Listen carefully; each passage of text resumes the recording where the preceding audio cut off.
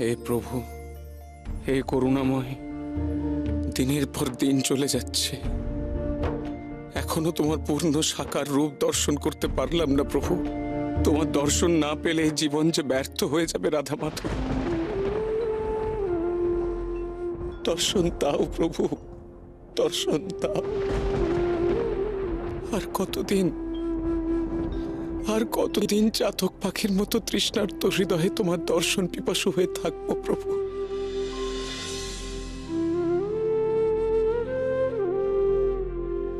হে কৃপা সিন্ধু, কৃপা করো আমার ওপর, কৃপা করো, কৃপা করো।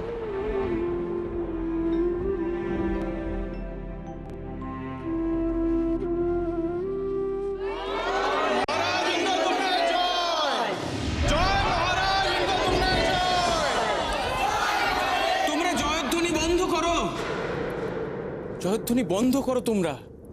যদি জয়ধ্বনি দিতেই হয় তো ভগবান শ্রীকৃষ্ণের নামে জয়ধ্বনি দাও।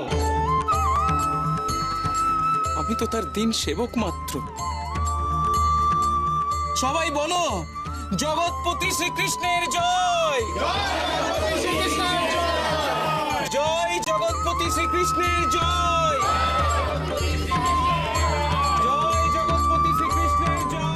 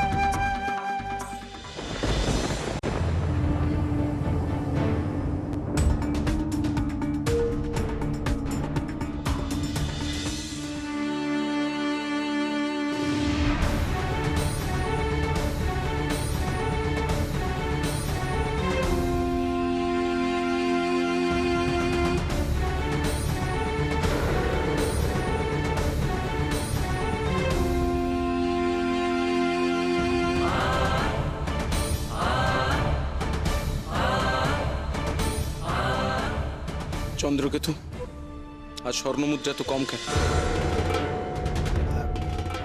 দাদা, আজ এই পরিমাণই আনা হয়েছিল। এই, তোমরা আজ যাও, কাল তাড়াতাড়ি এসে সামনের সারিতে দাঁড়াবে। অমন দেরি করে এলে খালি হাতেই তো ফিরতে হবে। মহারাজের যেন আর কোনো কাজ নেই। কাজটা মোটেই ঠিক হয়নি চন্দ্রকেতু। আমার কৃষ্ণ মন্দির থেকে প্রার্থীরা খালি হাতে ফিরে যাবে, এটা তো শুধু আমার অসম্মান না, এটা ত্রিভুবনেশ্বর শ্রীকৃষ্ণের অসম্মান। আর সেটা কিন্তু আমি হতে দেব না, সেটা আমি মেনে নেব না। আমি এক্ষুনি লোক পাঠিয়ে রাজকোষ থেকে আরো স্বর্ণমুদ্রা আনাচ্ছি দাদা। থাক, কাল থেকে যেন প্রয়োজনের বেশি স্বর্ণমুদ্রা আসে। তোমরা এসো।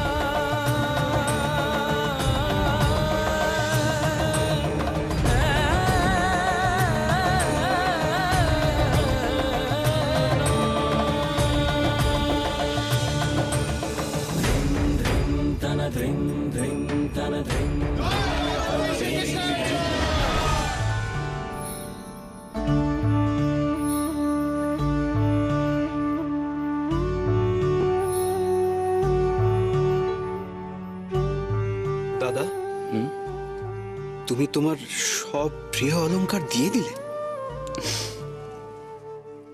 এসব কোনো কিছুই তো আমার নয় ভাই, সবই তো শ্রীকৃষ্ণের দান। চন্দ্রকেতু, যখন জন্মেছিলাম তখন এক টুকরো বস্ত্র নিয়ে আসিনি। আর এসব কিছু আমার কি করে হবে? সামান্য অলংকার কেন, প্রভুর দর্শনের জন্য যে আমি নিজেকেই বিলিয়ে দিতে পারি।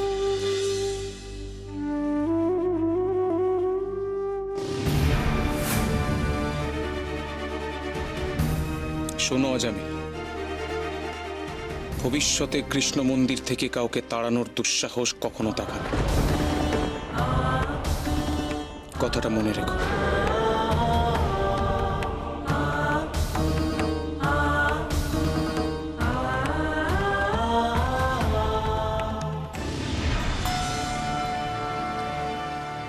ভবিষ্যতে কি হবে তা আপনি নিজেও জানেন না মহারাজ ইন্দ্রদুম্ন। আপনি আর কোনো দিনই কাউকে কিছু দান করতে পারবেন না। অজামিল, গুপ্ত শত্রুরা প্রস্তুত তো? আপনি কিচ্ছু ভাববেন না, ওরা শুধু আদেশের অপেক্ষায়। আজ রাতে এই মন্দিরে ওনাকে হত্যা করে রটিয়ে দেওয়া হবে উনি কৃষ্ণে বিলীন হয়ে গেছেন। তারপর ওনার দেহটা ফেলে দেওয়া হবে গভীর সমুদ্রে। আর তারপর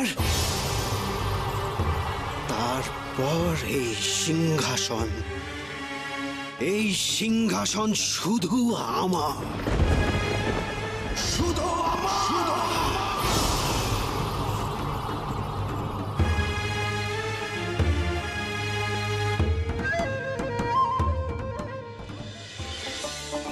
সমস্ত ঝড় ঝঞ্ঝা প্রতিবন্ধকতা পার হয়ে বিশ্বাবসুরা এসে পৌঁছলো এক নতুন দেশে।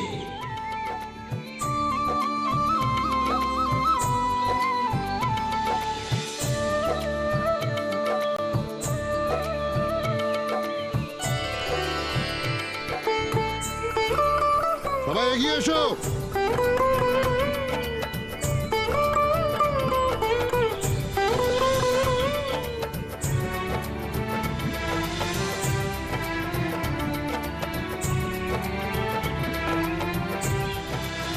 সেখানে তারা নতুন করে গড়ে তুলল তাদের বসতি, তৈরি করল নতুন গ্রাম।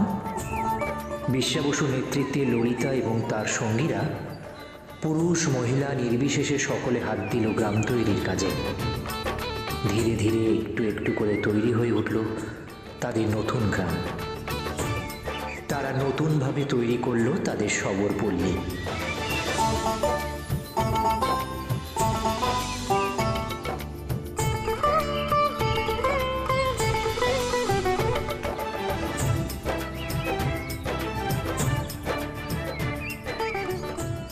নাও নাও নাও নাও নাও।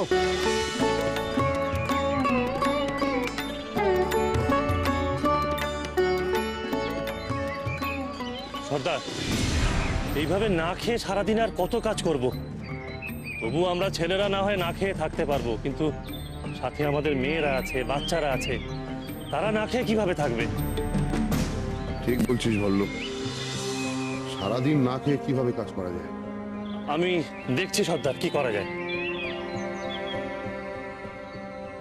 নাও নাও, দেরি করো না, হাত চালাও।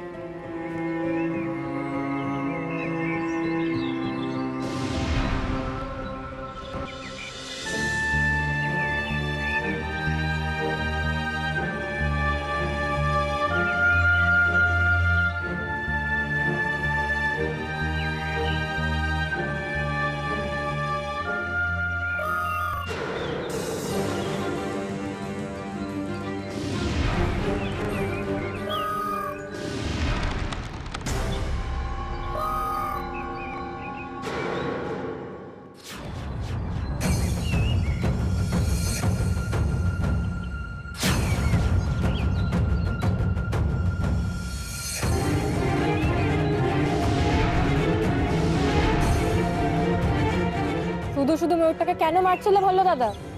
শুধু শুধু? পেটের জ্বালায় নাড়ি ভুড়ি সব পাক দিয়ে উঠছে, আর তুই বলছিস শুধু শুধু? সবররাজ বিশ্বাবসু প্রাণী হত্যা নিষিদ্ধ করেছেন, তা তুমি জানো না? হ্যাঁ জানি জানি, তাতে লাভটা কি? খাবো কি আমরা? আমরা সবর আজন্ম প্রাণী শিকার করে পেট চালিয়ে এসেছি। আজ প্রাণীদের বাঁচাতে গিয়ে দেখছি আমরা না খেয়ে থাকছি। সর্দারের হঠাৎ এইভাবে শিকার বন্ধের নির্দেশ আমরা শুনতে যাব কেন? তুমি কি প্রত্যেকদিন শিকার পাও বললো দাদা? যেদিন শিকার পাও না সেদিন কি করো? আর গ্রামের মুনি ঋষিদের দেখো না, তারা কি করে?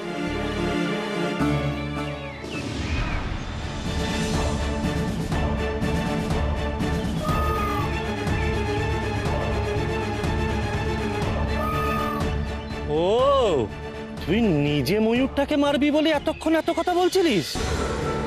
এবার বুঝেছিস তো তোর বাবার সিদ্ধান্ত কত বড় ভুল? দেখো সর্দার, তোমার নিজের মেয়েই তোমার মতের বিরুদ্ধে চলে গেছে। তোমার শিকার বন্ধের নির্দেশ তো তোমার মেয়েই শুনছে না।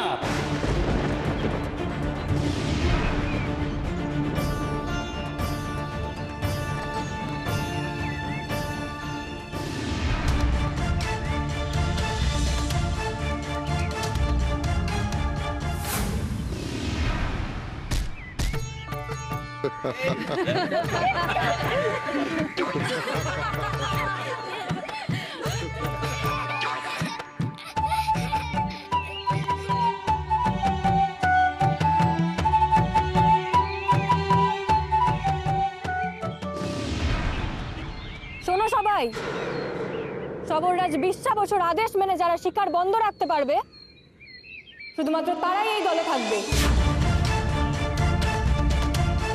যারা এই আদেশ মানতে পারবে না, তারা যেন স্বেচ্ছায় দল ছেড়ে বেরিয়ে যায়।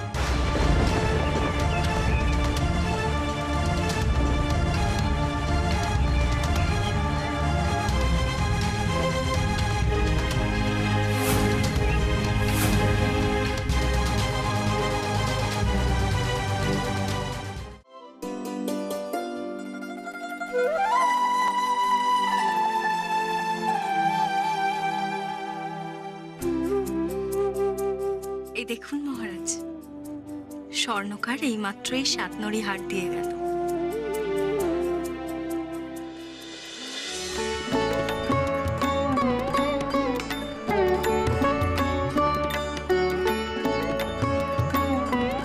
বাহ, ভারী চমৎকার, খুব মানাবে তোমাকে। এ তো আমার নয়। আপনার বুঝি কিছুই মনে থাকে না? কাল আপনার ছোট ভাই চন্দ্রকেতুর স্ত্রী তারার সাধভক্ষণ অনুষ্ঠান। এই হার আমি তাকে উপহার দেব। ও আচ্ছা, আমি ভেবেছিলাম এত সুন্দর হার তুমি নিজের জন্য গড়িয়েছো। তারা আমার ছোট যা হতে পারে, ও আমার ছোট বোনের মতো।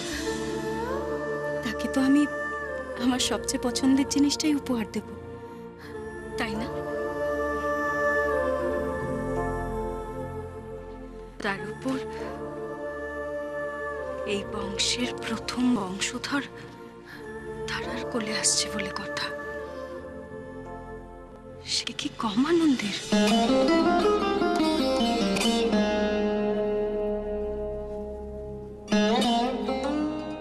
তুমি মন খারাপ করো না রানী, আমার মন বলছে একদিন আমাদের সুদিন আসবেই। তোমার বলে আমাদের বংশধর আসবেই। আমার ঈশ্বর এতটা নিষ্ঠুর হবেন না।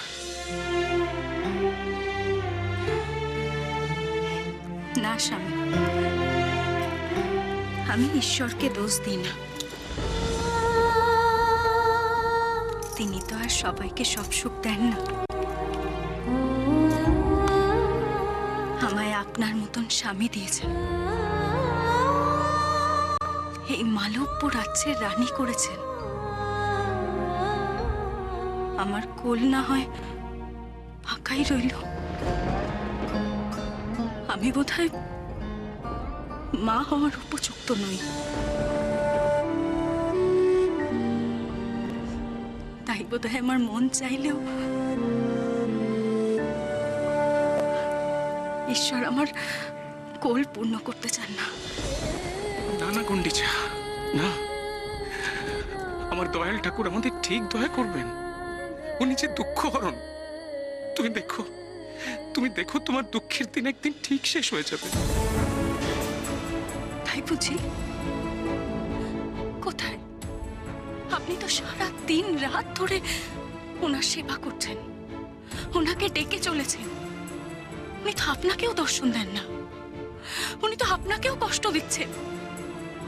স্বামী একটিবার বলুন না ওনাকে দর্শন দিতে, একটিবার বলুন না। আমিও ওনার কাছে ছুটে গিয়ে মা যশোদার মতন ওনাকে জড়িয়ে ধরে আমার সন্তান সুখ পূর্ণ করব।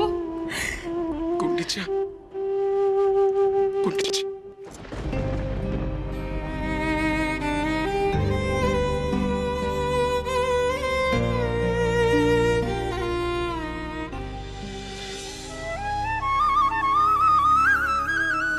তুমি সত্যিই আমার মা যশোদা। আমরা সবাই যে সময়ের হাতে বন্দি। সময় আসুক, তখন দেখোই না কি হয়।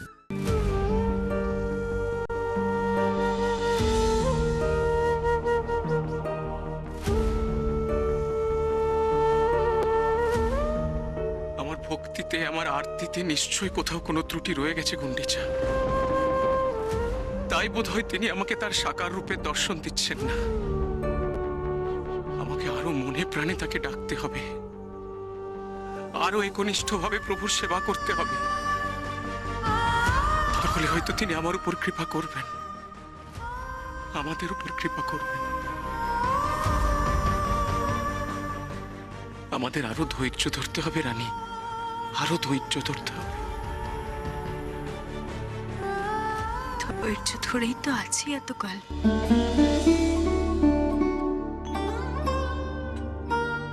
ঈশ্বরের উপর আমার অগাধ বিশ্বাস আছে, ভরসা আছে। আর সেই ভরসা নিয়েই তো ওনার পানে চেয়ে আছি। কবে তিনি আমার উপর করুণা করবেন, আমার প্রার্থনা পূর্ণ করবেন। আমি আসি, প্রভু শয়নের সময় হলো। প্রতিদিন কি আপনাকেই মন্দিরে যেতে হবে? রাজপুরোহিত তো আছেন ওখানে, প্রভুকে তো উনিও শয়ন দিতে পারেন। আমার প্রভু শয়নের ব্যবস্থা আমার থেকে ভালো আর কে করতে পারে? এ তুমি কি বলছো গুন্ডিচা? তাছাড়া আমি তো প্রতিদিনই যাই। তুমি তো বারণ করো না, আজ কেন বারণ করছো? বিদ্যাপতি এসেছিল। সে তো রোজ সকালেই আসে। তোমাকে আমাকে প্রণাম না করে তোর দিন শুরু হয় না। না না, উনি বলছিলেন আপনার নাকি গুপ্ত শত্রুর সংখ্যা ক্রমশ বাড়ছে। আপনার বাড়তি সতর্কতার প্রয়োজন, সুরক্ষার প্রয়োজন। আমি মানছি, বিদ্যাপতি আমার রাজসভার একজন দক্ষ মন্ত্রী, সৎ ব্রাহ্মণ, ঈশ্বর বিশ্বাসী। আমাদেরকে খুব শ্রদ্ধা করে, আমাদের কথা খুব চিন্তাও করে। কিন্তু রানী, তাই বলে কি আমাকে ওর সব কথা মেনে নিতে হবে? ওদিকে প্রভু শয়নে দেরি হয়ে যাচ্ছে, আমি আসছি। মহারাজ, মহারাজ বলছি এত রাতে ওই মন্দির চত্বরে কেউ নেই, সাথে করে কিছু রক্ষী নিয়ে গেলে হয় না? আসলে আজ সকাল থেকে আমার ডান চোখটা বড় কাঁপছে। কি অঘটন ঘটবে আবার কে জানে।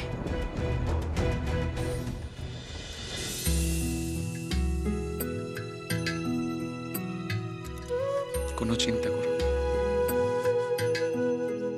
গুন্ডিচা, আমি প্রভুর কাছে যাব, তাও প্রহরী নিয়ে। এত অধম আমি এখনো হইনি গুন্ডিচা। এই জীবন তো প্রভুরই দেওয়া, রাখতে হয় তিনি রাখবেন, মারতে হয় তিনি মারবেন। শত্রু তো নিমিত্ত মাত্র। আমি আসি।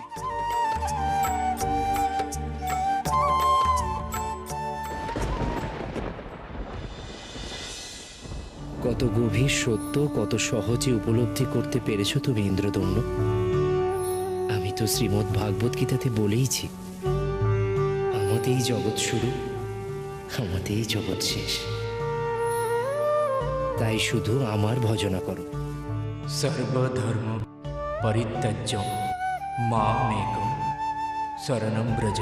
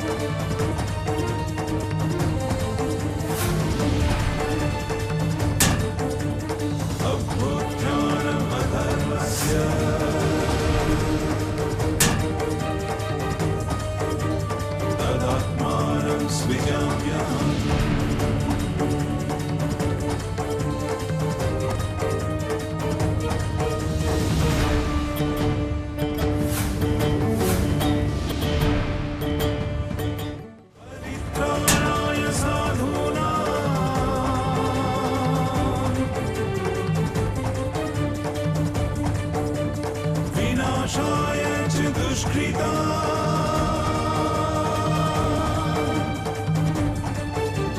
धर्मशनस्तपनाथाय सम्भावामि युगे युगे।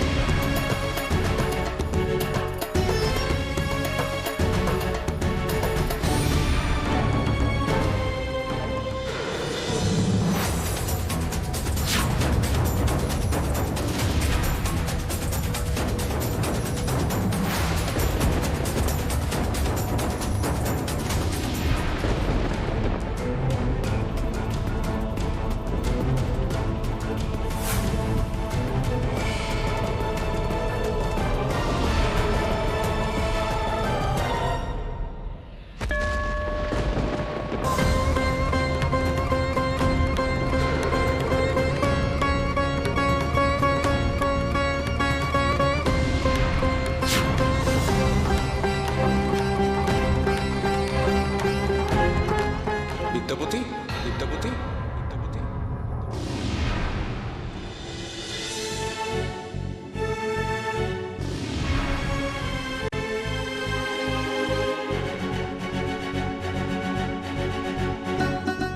মহারাজ,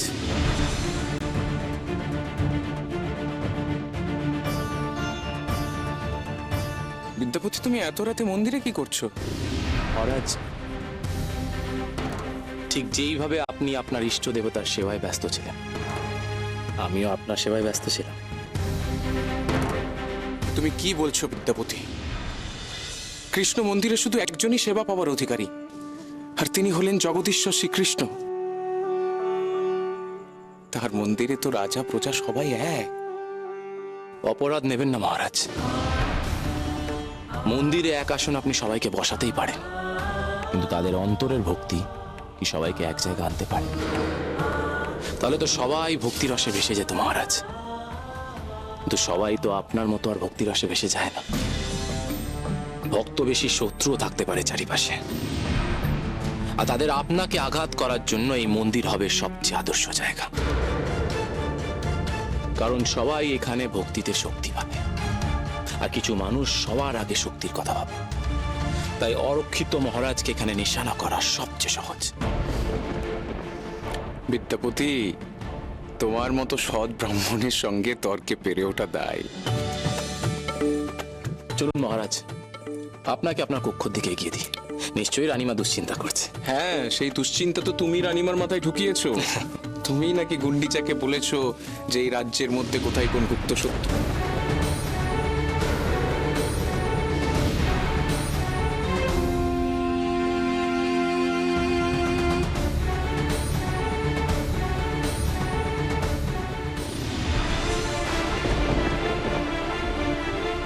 বিদ্যাপতি, আমার অহিংস মন্দিরে এত তীর এলো কোত্থেকে?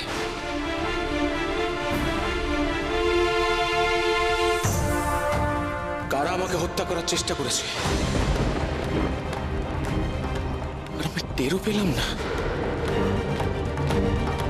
বিদ্যাপতি,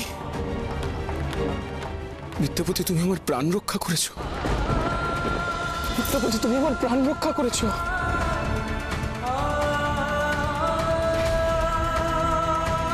তোমাকে কি বলেছে ধন্যবাদ? না মহারাজ, না, আপনাকে কিচ্ছু বলতে হবে না, কিচ্ছু না।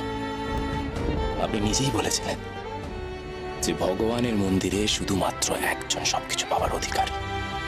তাই ভেবে নিন ভগবান তার একান্ত ভক্তকে রক্ষা করেছে, তিনি রক্ষা করেছেন। তুমি ঠিকই বলেছো বিদ্যাপতি। हे कृष्ण गोविंद हरे मुरारी हे नाथ नारायण वासुदेवा। ঈশ্বর ছাড়া আমাদের কেউ রক্ষা করতে পারেন না,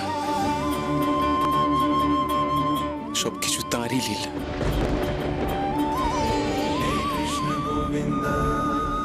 কিন্তু বিদ্যাপতি, আমার রাজত্বে গুপ্তঘাতক কে? কে নিয়োগ করলো সেই গুপ্তঘাতককে আমাকে হত্যা করার জন্য?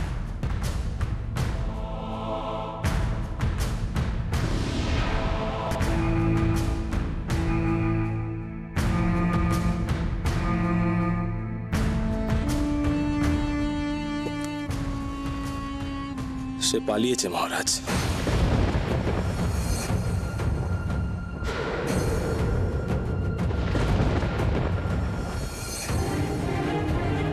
তবে আশা করি কাল তাকে আপনার সামনে উপস্থিত করতে পারব।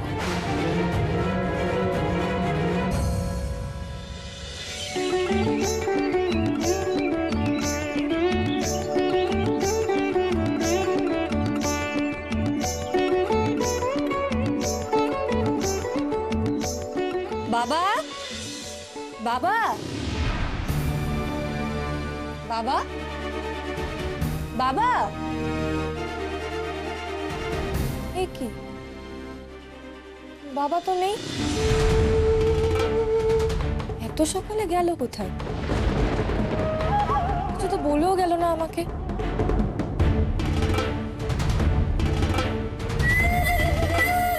বাবা, বাবা, বাবা, বাবা, বৌদি, কি হয়েছে? বাবাকে দেখেছো গো? না তো রে। কোথায় যে গেল? কেন ঘরের মধ্যে নেই? না, আমিও তো সকাল থেকে দেখিনি। তোকে না বললে তো কোথাও যায় না। অচেনা অজানা জায়গা, কত রকম বিপদ হতে পারে, সেই ভয়টাই তো আমি পাচ্ছি। যাই হোক, আমি আশেপাশে দেখি। যাবে আর কোথায়? সকলেই তো দেখছি তাদের বাপ ঠাকুরদার আমলের শিকার পেশা ছেড়ে দিয়ে চাষাবাদ করে যাচ্ছে। যার দেখ, তোর বাপও হয়তো কোথাও ধানের চারা বসাচ্ছে। যা। না না, চাষাবাদ করলে তো সামনের ফাঁকা জমিতেই থাকতো, সেখানে তো নেই। আমার কি মনে হয় জানো তো? কি? বাবা আবার জঙ্গলের দিকে গেছে। জঙ্গলে?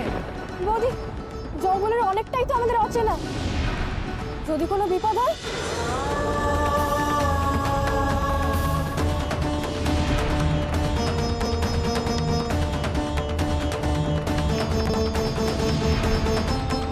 ললিতা, আরে কি রে, একা যাস না, কাউকে সঙ্গে নিয়ে যা।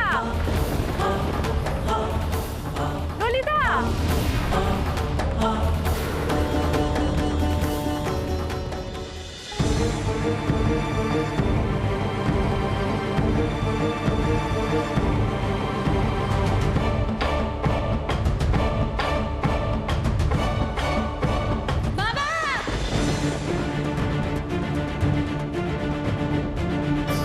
প্রভু,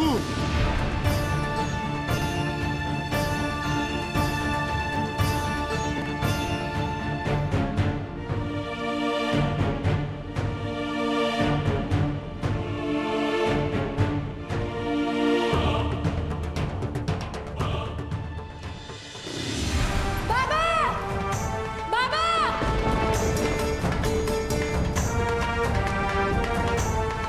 বাবা, বাবা,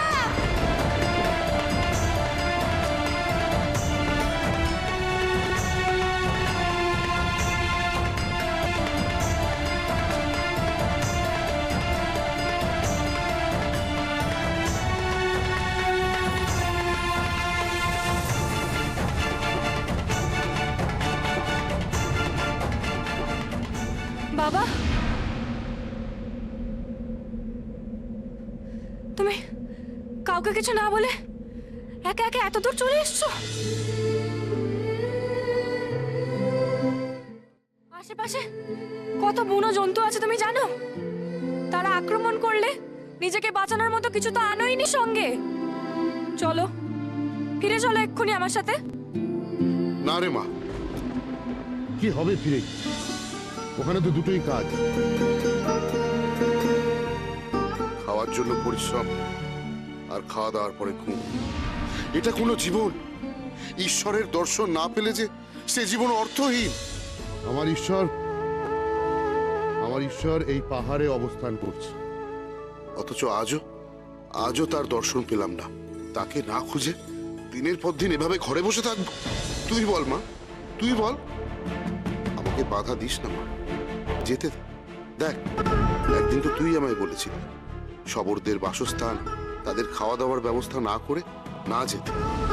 আজ তো সে ব্যবস্থা হয়েছে, তারা ঘর বেঁধেছে। চাষাবাদ করছে। মা, আমার দায়িত্ব শেষ। এবার আমি যাব আমার নীল মাধবকে খুঁজতে। তুই ফিরে যা মা, তুই ফিরে যা। আমি আমার নীল মাধবকে না নিয়ে কিছুতেই ফিরবো না। আমি তো তোমাকে যেতে বারণ করিনি বাবা, কিন্তু এটা ভেবে দেখো, আমার তুমি ছাড়া আর কে আছে এই বিপদ ভর্তি জঙ্গলে পাহাড়ে? জেনে শুনে আমি তোমাকে কি করে একা যেতে দিই বলো? তুমি তুমি যেখানেই যাও না কেন, আমি তোমার সঙ্গে যাব। বলো রাজি? রাজি। চল মা, আমরা এই পথেই এগোই। আয়।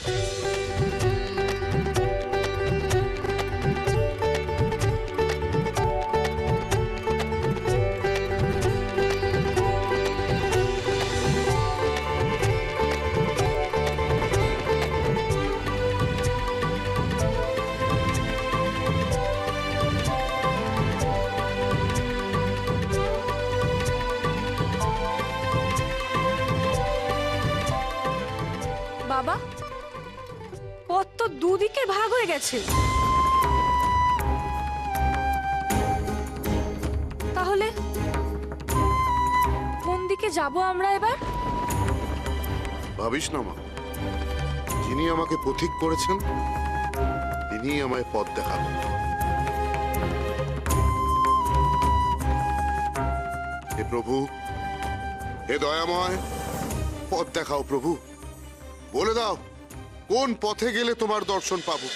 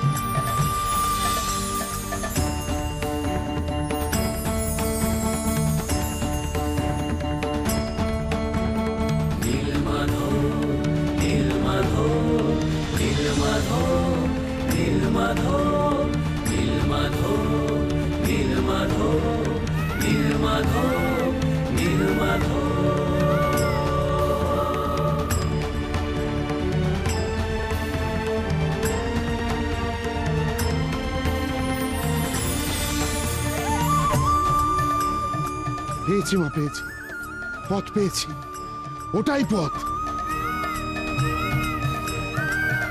ময়ূর তার পালক ফেলে আমাদের দিক নির্দেশ করছে রে মা। ওরে, ওই ময়ূর কোনো সাধারণ ময়ূর নয়। আমাদের প্রার্থনা শুনে প্রভুই ওকে পাঠিয়েছেন আমাদের পথ দেখাতে। জয় নীলমাধব।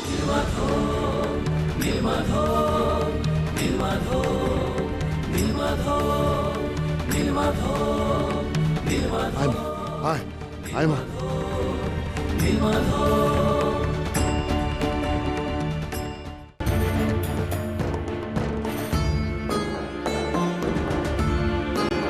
তাড়া করিস না মা, প্রভুর যখন ইচ্ছা হবে তিনি দর্শন দেবেন। তার আগে শত মাথা খুললেও তিনি দর্শন দেবেন না। তাড়া করছে না বাবা, তবে আমরা ময়ূরের পিছু নিয়ে বেশ অনেকটা পথ হেঁটে চলে এসেছি। বলতে গেলে পাহাড়ের আরেক প্রান্তে পৌঁছে গেছি। এখনো তো নীল মাধবের কোনো চিহ্নই চোখে পড়ছে না বাবা। তাই আমি ভাবছিলাম। কিছু ভাবিস না মা, আমরা প্রভুর নির্দেশিত পথেই চলেছি। প্রভুর উপর বিশ্বাস রাখ।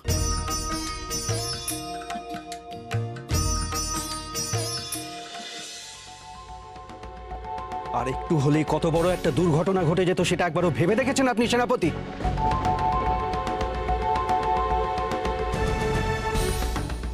মহারাজ নিজের মন্দিরে পুজো করবেন আর সেখানে তার সুরক্ষারক্ষীরা থাকবে না। বাহ, চমৎকার! ওই ঘাতকদের এত বড় সাহস হয় কি করে প্রাসাদের চৌহদ্দির মধ্যে ঢুকে মহারাজের উপরে প্রাণঘাতী আক্রমণ করে? এই আপনার গুপ্তচর ব্যবস্থা সেনাপতি? আমি কোনো কথা শুনতে চাই না। অবিলম্বে আততায়ীদের বন্দী করুন। আর আপনি রাজপুরোহিত, মহারাজ যখন পুজো করছিলেন সেইখানে আপনি উপস্থিত থাকবেন না? এই আপনার বিচার বুদ্ধি, আপনার দায়িত্ব জ্ঞান? তুমি শুধু শুধু ওদের বকাবকি করছো চন্দ্রকেতু। ওদের কোনো দোষ নেই। রাজপুরোহিত মশাই, সেনাপতি, আপনারা এখন আসুন। যথাজ্ঞা মহারাজ।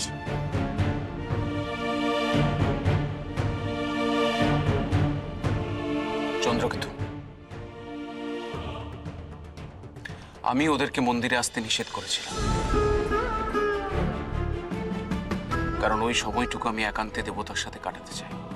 কিন্তু দাদা, আপনি বারণ করলেই কি ওদের শুনতে হবে? এটা তো আপনার সুরক্ষার প্রশ্ন। অন্তত বিদ্যাপতির মতো দূর থেকে পাহারা তো দিতেই পারত।